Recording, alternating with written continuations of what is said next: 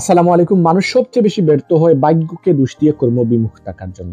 ধরুন একজন ব্যক্তি কোনো একটা জিনিস করতে চাইলো বা পেতে চাইলো, কিন্তু প্রথমবার ব্যর্থ হবার পর সে যদি ভাগ্যের উপর দোষ দিয়ে বসে থাকে যে এই জিনিসটি আমার ভাগ্যেই ছিল না, সে আর চেষ্টা না করে থাকে, তাহলে সে এই জিনিসটি আর কখনোই করতে পারবে না, সেই জিনিসটি সে আর কখনোই পাবে না। কিন্তু প্রথমবার ব্যর্থ হবার পর সেই ব্যক্তি যদি নিজের ঘাটতি খুঁজে বের করে কি কারণে সে জিনিসটি পেল না, সেটা যদি সে খুঁজে বের করে এবং সে সেটা নিয়ে কাজ করে এবং আবার চেষ্টা করে, তাহলে সেই জিনিসটি সে পাবার চান্স অনেক গুণ বেড়ে যায়। এবং যারা নিজের লক্ষ্য অর্জনের জন্য চেষ্টা করে থাকে, তারা সুনার ওর লেটার তারা তাদের লক্ষ্য অর্জনে সমর্থ হয়। সেনেকার একটি উক্তি হচ্ছে, luck is what happens when preparation meets the opportunity.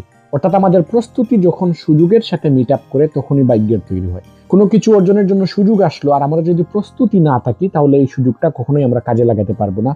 সেজন্য অপরচুনিটি গ্রাব করার জন্য আমাদেরকে সবসময় প্রস্তুত থাকতে হয়। আর কেউ যখন কোনো কিছু করার জন্য প্রস্তুতি নিতে থাকে, তখন তার সামনে অপরচুনিটি একদিক থেকে না একদিক থেকে চলেই আসে, অথবা সেই মানুষটি সেই কাজ করার জন্য নিজেই কোনো না কোনো অপরচুনিটি খুঁজে নেয়। কিন্তু কেউ যখন প্রস্তুতি না নিয়ে শুধুমাত্র লাকের উপর ডিপেন্ড করে থাকে, তখন তাদের সাথে সবচেয়ে বেশি খারাপ জিনিস ঘটতে থাকে এবং তারা তাদের ভাগ্যকে এজন্য দোষ দিতে থাকে। এই উক্তিটি আমরা আমাদের আশপাশের মানুষদের সাথে সবসময় রিলেট করতে পারবো। সেটি হচ্ছে, lakh seems to B against the person who always depends on it. যে লাকের উপর নির্ভর করে থাকে, সেই মানুষটির কাছে সবসময় মনে হয় যে ভাগ্য তার বিরুদ্ধে কাজ করতেছে।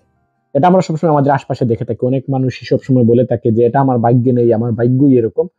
এই মানুষগুলো ভালো করে খুঁজে নিয়ে দেখবেন, তারা কঠোর পরিশ্রম করতে রাজি নয়। তারা সুযোগের জন্য নিজেদেরকে আগে থেকেই প্রস্তুত করে রাখে না, সেই জন্য সুযোগ আসলেও তারা সুযোগ হারিয়ে ফেলে এবং তারপর শুধু নিজেদের ভাগ্যকে দোষ দিতে থাকে। Hard work puts you where good luck can find you. আপনার কঠোর পরিশ্রম আপনাকে এমন জায়গায় নিয়ে যায় যেখানে আপনাকে সৌভাগ্য খুঁজে পায়। অর্থাৎ সৌভাগ্য সবসময় একটি জায়গায় আমাদের জন্য উপস্থিত থাকে।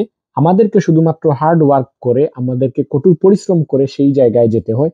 কঠোর পরিশ্রম হচ্ছে সেই ক্যারিয়ার যেটা আমাদেরকে সৌভাগ্যের কাছে নিয়ে যায়। বেঞ্জামিন ফ্রাঙ্কলিনের একটি উক্তি হচ্ছে, diligence is the mother of good luck and good luck is the result of good planning. অর্থাৎ সৌভাগ্য হচ্ছে আমাদের সামগ্রিক পরিকল্পনার ফলাফল। Thanks for watching. See you in the next video.